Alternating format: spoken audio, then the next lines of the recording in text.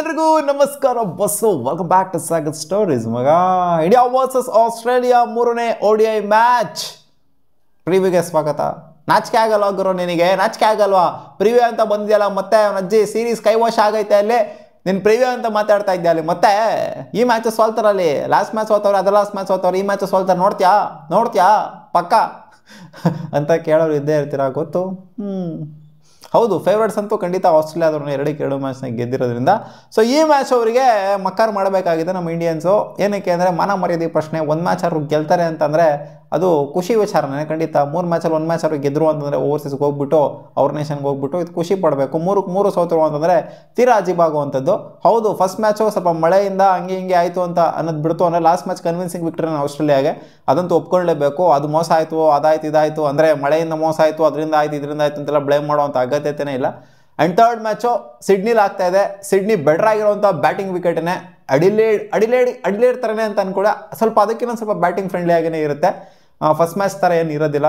So spin friendly, last match ಹಂಗೆ ನೋಡೋಕೆ ಹೋದ್ರೆ ಸ್ಪಿನ್ ಫ್ರೆಂಡ್ಲಿ ವಿಕೆಟನ್ನೇ ಸಿಕ್ಬಿಟ್ಟಿದ್ದು. ನಾವು ಎಕ್ಸ್ಪೆಕ್ಟ್ ಮಾಡಿಲ್ಲ ಅಡಿಲೇಡ್ ಇಷ್ಟೊಂದು ಸ್ಪಿನ್ನರ್ಸ್ಗಳು ವಿಕೆಟ್ ಎತ್ತಿದ್ದಾರೆ ಅಂತ. ಅಂದರೆ ಜಾಂಪಾ ಅವ್ರು ಸಿಕ್ಕಾಬಿಟ್ಟೆ 4 ವಿಕೆಟ್ ಎತ್ಬಿಟ್ಟು ಇಂಪ್ಯಾಕ್ಟ್ ಸಗದಾಗಿ ಮಾಡಿದ್ದು. ಈ ಕಡೆ ನಮ್ಮ ಇಂಡಿಯನ್ಸ್ನು ಕೂಡ ಸ್ಪಿನ್ನರ್ಸು ಸಗದಾಗೇ ಕೆಲಸ ಮಾಡಿದ್ದು. ಸೊ ಇವತ್ತು ಏನು ಅಂದರೆ ನಾಳೆ ಬರ್ತಾ ಇರೋಂಥ ಮ್ಯಾಚು, ಸೊ ಇದು ಬ್ಯಾಟಿಂಗ್ ಫ್ರೆಂಡ್ಲಿ ಆಗಿರುತ್ತೆ. ಆ್ಯಂಡ್ ಪೇಸರ್ಸ್ಗಳಿಗೆ ಸ್ವಲ್ಪ ಅಸಿಸ್ಟ್ ಜಾಸ್ತಿನೇ ಸಿಗುತ್ತೆ ಸ್ಪಿನ್ನರ್ಸ್ಗೆ ಕಂಪೇರ್ ಮಾಡ್ತು ಅಂತ ಅಂದಾಗ. So actually last match spinners dominate ಮಾಡಿದರೆ, ಈ ಮ್ಯಾಚ್ ಪೇಸರ್ಸ್ ಡಾಮಿನೇಟ್ ಮಾಡ್ತಾರೆ ಅಂತ ಕಾದು ನೋಡ್ಬೇಕು. First match in fact pacers dominate ಮಾಡಿದರು. ಇಲ್ಲಿ ಆಗಿರುವಂಥ 168 ODI ಮ್ಯಾಚಸ್ಗಳಲ್ಲಿ 96 ಮ್ಯಾಚ್ನಾಗ ಗೆದ್ದಿರೋದು ಬ್ಯಾಟಿಂಗ್ ಫಸ್ಟು ಆಡಿರೋರು, 64 ಮ್ಯಾಚಸ್ನಾಗ ಗೆದ್ದಿರೋದು ಬ್ಯಾಟಿಂಗ್ ಸೆಕೆಂಡ್ ಆಡಿರೋರು. ಆವ್ರೇಜ್ ಫಸ್ಟ್ ಇನ್ನಿಂಗ್ ಸ್ಕೋರ್ ಬಂದ್ಬಿಟ್ಟು ಆಲ್ಮೋಸ್ಟ್ 240, ಕ್ಲೋಸ್ ಟು 240 ಇದೆ. ಅಂದರೆ ಇದೆಲ್ಲ ಮ್ಯಾಚ್ದು ಆವ್ರೇಜು 168 ಮ್ಯಾಚ್ನು ಆವ್ರೇಜ್ ತೊಗೊಂಡು ರೀಸೆಂಟ್ ಮ್ಯಾಚ್ಗಳದೆಲ್ಲ. ಸೊ ರೀಸೆಂಟಾಗಿ ಬೆಟರ್ ಆಗಿರೋ ವಿಕೆಟು ಬ್ಯಾಟಿಂಗ್ ಆಡೋದಕ್ಕೆ ಸ್ವಲ್ಪ ಕಂಫರ್ಟಬಲ್ ಆಗಿರೋ ಥರ ನನಗೆ ಕಾಣಿಸ್ತಾ ಇದೆ. ಆ್ಯಂಡ್ ಸೆಕೆಂಡ್ ಇನ್ನಿಂಗ್ ಸ್ಕೋರ್ ಬಂದ್ಬಿಟ್ಟು 189 ಇದೆ, ಕ್ಲೋಸ್ ಟು ಆಲ್ಮೋಸ್ಟ್ 200 ಇದೆ ಸೆಕೆಂಡ್ ಇನ್ನಿಂಗ್ ಸ್ಕೋರು. ಅಂದರೆ ಚೇಸ್ ಮಾಡೋದಕ್ಕೆ ಈ ಒಂದು ಬೆನ್ನಲ್ಲಿ ಕಷ್ಟ. ಕಂಪೇರ್ ಮಾಡ್ತು ಅಂದರೆ ಆವ್ರೇಜ್ ತೊಗೊಂಡು ನೋಡ್ತು ಅಂತಂದರೆ 96 ಮ್ಯಾಚ್ನ ಆಲ್ಮೋಸ್ಟ್ 170 ಮ್ಯಾಚಸಲ್ಲಿ ಗೆದ್ದಿರೋದು, ಆಲ್ಮೋಸ್ಟ್ ಕ್ಲೋಸ್ ಟು 100 ಮ್ಯಾಚ್ನಾಗ ಗೆದ್ದಿರೋದು ಬ್ಯಾಟಿಂಗ್ ಫಸ್ಟ್ ಆಡಿದವರು. ಈ ಮ್ಯಾಚ್ ಆ್ಯಕ್ಚುಲಿ ನಮ್ಮ ಇಂಡಿಯಾಗೆ ಬ್ಯಾಟಿಂಗ್ ಫಸ್ಟ್ ಸಿಗಬೇಕಾಗಿದೆ. ಇವರು ಟಾಸ್ ಗೆದ್ರೆ ನೋಡಿ ಬೇಕಾದ್ರೆ ಆಸ್ಟ್ರೇಲಿಯನ್ಸು ಇಲ್ಲ ನಾವು ಬ್ಯಾಟಿಂಗ್ ಮಾಡ್ತೀವಿ ಅಂತ ಹೇಳ್ಬಿಡ್ತಾರೆ ಪಕ್ಕ. ಹೇಳಿದ್ರೆ ಇಲ್ಲ ನಾವು ಟೆಸ್ಟ್ ಮಾಡಬೇಕಾಗಿದೆ, 2 ಮ್ಯಾಚ್ ನಾವು ಬ್ಯಾಟಿಂಗ್ ಫಸ್ಟ್ ಆಡಿಲ್ಲ, ಈ ಮ್ಯಾಚ್ ಅದಕ್ಕೆ ಬ್ಯಾಟಿಂಗ್ ಫಸ್ಟ್ ಆಡ್ತಿದ್ದೀವಿ ಅಂತ. ಬಟ್ ಈ ಮ್ಯಾಚಲ್ಲಿ ಆ್ಯಕ್ಚುಲಿ ಬ್ಯಾಟಿಂಗ್ ಫಸ್ಟ್ನ ಅನಿವಾರ್ಯತೆ ಅಗತ್ಯತೆ ಜಾಸ್ತಿನೇ ಇದೆ. ಸೊ ಬ್ಯಾಟಿಂಗ್ ಫಸ್ಟ್ ಆಡಿದವ್ರಿಗೆ ಅಡ್ವಾಂಟೇಜು. ಚೇಸ್ ಮಾಡೋ ಅಂಥ ಟೀಮು ಸಿಕ್ಕಾಪಟ್ಟೆ ಸ್ಟ್ರಗಲ್ ಅಂತೂ ಪಟ್ಟೆ ಪಡ್ತಾರೆ ಸೆಕೆಂಡ್ ಇನ್ನಿಂಗ್ಸಲ್ಲಿ ಕಂಪೇರ್ ಮಾಡ್ತಾರೆ ಫಸ್ಟ್ ಇನ್ನಿಂಗ್ಸಲ್ಲಿ ಬ್ಯಾಟಿಂಗ್ ಆಡೋದಕ್ಕೆ ಚೆನ್ನಾಗಿರುತ್ತೆ. 408 ಇಲ್ಲಿ ರೆಕಾರ್ಡ್ ಆಗಿರೋಂಥದ್ದು ಹೈಯೆಸ್ಟ್ ಸ್ಕೋರು. 63 ಇಲ್ಲಿ ರೆಕಾರ್ಡ್ ಆಗಿರುವಂಥ ಲೋಯೆಸ್ಟ್ ಸ್ಕೋರು, ಅದು ಇಂಡಿಯಾ ವರ್ಸಸ್ ಆಸ್ಟ್ರೇಲಿಯಾ ಮ್ಯಾಚಲ್ಲೇ ಆಗಿರೋದು.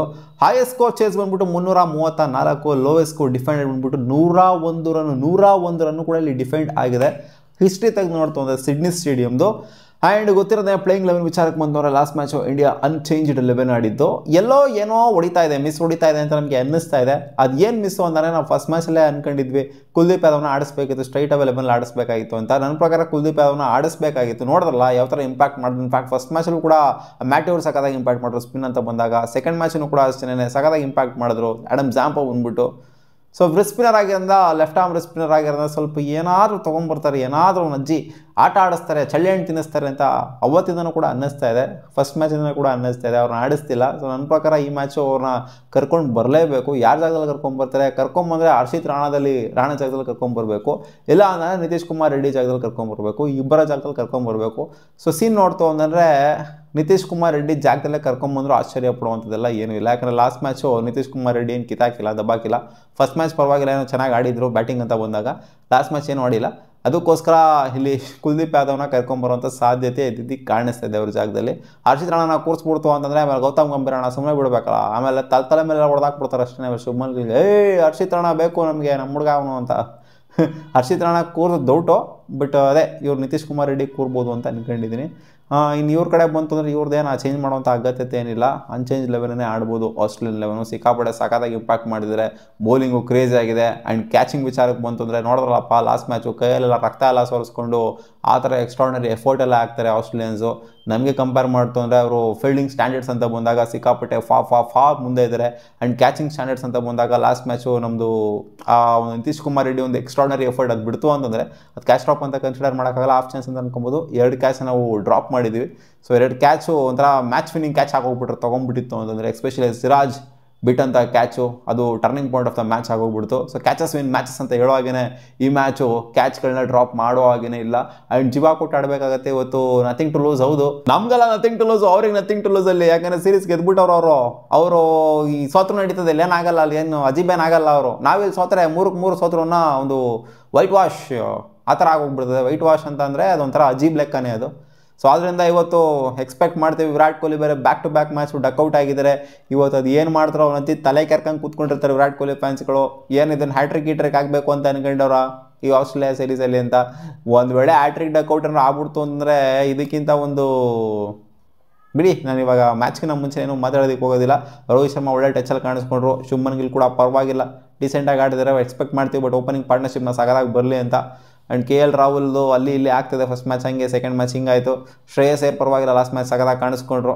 ನೋಡೋಣ, ಎಕ್ಸ್ಪೆಕ್ಟ್ ಮಾಡ್ತಿದ್ದೀವಿ ಟಾಪ್ ಆರ್ಡ್ರು ಸಗದಾಗಿ ಬ್ಯಾಟಿಂಗಲ್ಲಿ ಕ್ಲಿಕ್ ಆಗಲಿ, ದೊಡ್ಡ ದೊಡ್ಡ ಪಾರ್ಟ್ನರ್ಶಿಪ್ಪು ಬರಲಿ ಅಂತ.